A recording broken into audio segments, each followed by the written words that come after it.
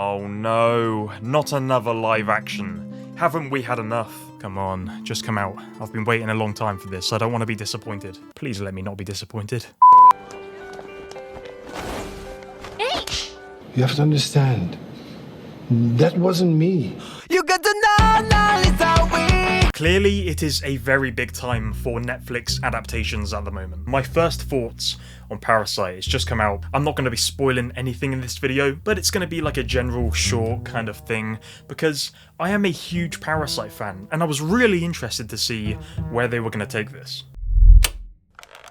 What made Parasite such an effective show to begin with was just how unique of a concept it actually was.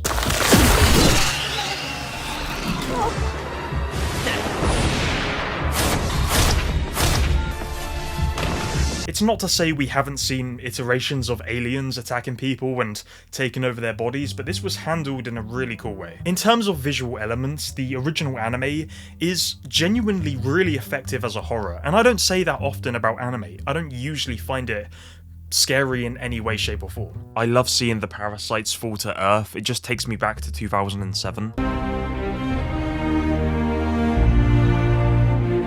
Basically, just don't eat raw pork or you'll end up looking like him. I'll cover my bases just in case you've never even heard of Parasite. Essentially, it's about a group of mysterious parasitic creatures which fall from outer space and begin hosting humans. Okay, this isn't Venom, please. Don't compare this to Venom. Effectively, they kill the host humans and take over their body, which can allow them to shapeshift into, like, basically anything. And of course, the fun bit of the show begins when a human is still left partially in control of their body. That's the tension of Parasite. Anyway. The first episode does the very important thing of distinguishing itself from the source material. This is a great thing because Shinichi's story has already been told. We're not trying to retell anything. This is something I think every live adaptation should seek to do because, as Sun Tzu said in his famous works, if it ain't broken, don't fix it. As we've seen in the past, there are so many dangers with adapting animation over to live action. A massive part of it is just down to how malleable animation can be and how restrictive live action can be, or at least in the past, because nowadays VFX has reached a point where we can crank out these shows as often as we like and get them to a pretty reasonable standard. That's if production goes to plan, because you obviously have to shoot with a mindset that your footage is going to go to a VFX apartment.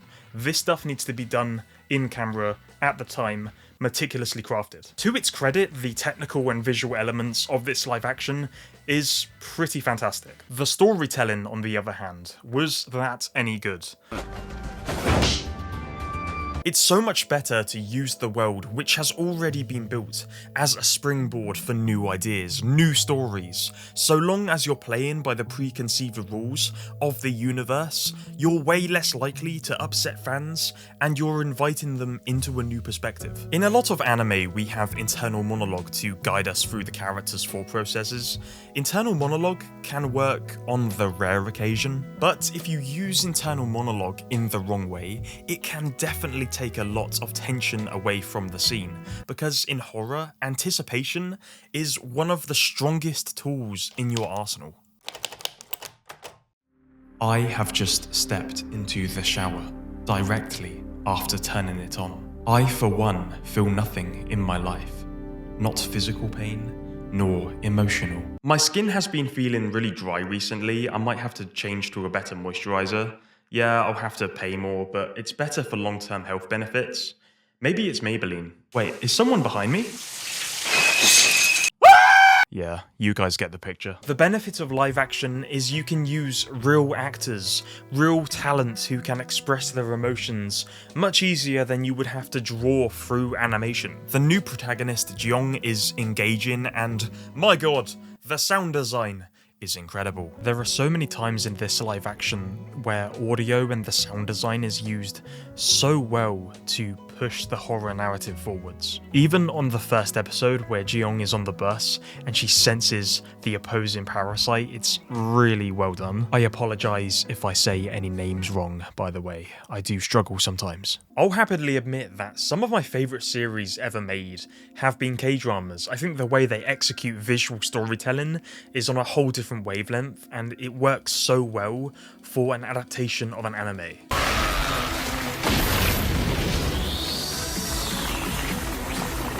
Yeah.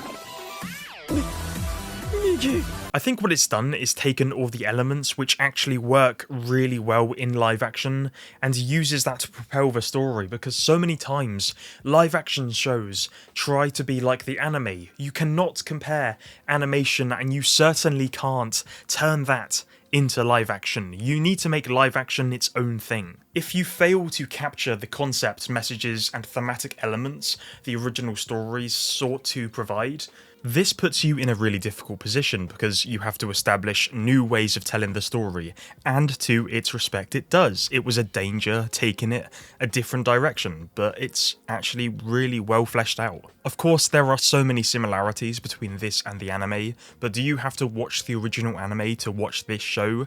Absolutely not, it just survives on its own. A lot of the original series dedicates its arcs to the complex relationship between Shinichi and Migi, and that is transferred over into the live action. It's not the same relationship, but it's handled in such a unique and interesting way that actually feels organic. When it comes to horror, there are so many interesting ways you can make the viewer uncomfortable. Parasite has always leaned towards the uncanny valley vibe of transforming a human and making people untrustworthy. The original show had some really iconic sequences, even most people who aren't massive fans of anime could still potentially notice.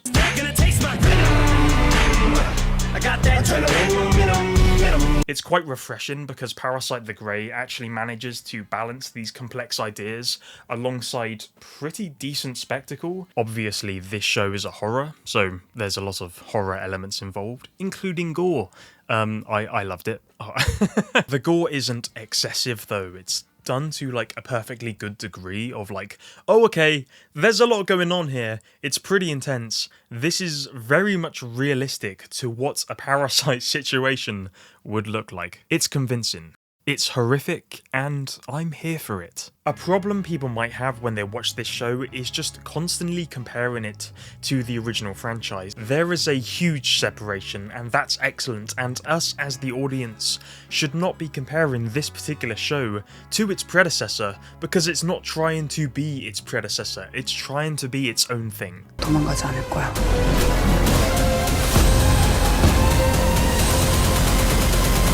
There is no reason to try and relive the experience you had watching the original show vicariously through a live action. Just watch the original show, and I think that should be applied to everything. All live actions should provide something new to the story. Otherwise, what's even the point of making them? If you think one is better than the other, yeah, fair. You know, you might prefer the original anime, that's completely fine. But this stands on its own, and that is so important.